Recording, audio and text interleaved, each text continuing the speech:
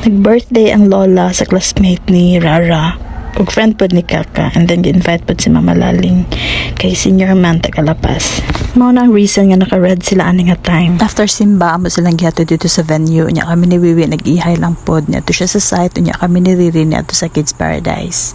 Tungod sa kadugay na niya nga wala nakaanhi mura siya natagaw dili na siya ganahan musud. So imbes akong plano maglingkod-lingkod ra ko sa gawas, nakasud na lang pod kog apil para makasud siya. Wala ra pod nagdugay, nakikita siya giyang kaduwa kananay niya.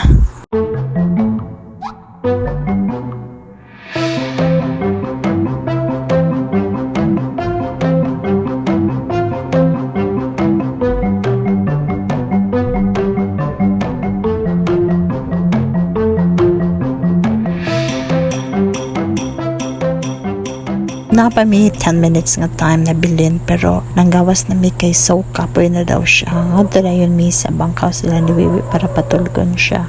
Wala po nagdugay, nagpakuha na sila Rara o Kaka dito sa venue niya. Mao na ni padong na may muuli. Nindot siya dahil tanaw na ang red against the green. Si Riri ug Rara mo ang kasilang papa niya, si Kaka sa ako. And here we are, padulong na mi sa mo. Mao na mong view.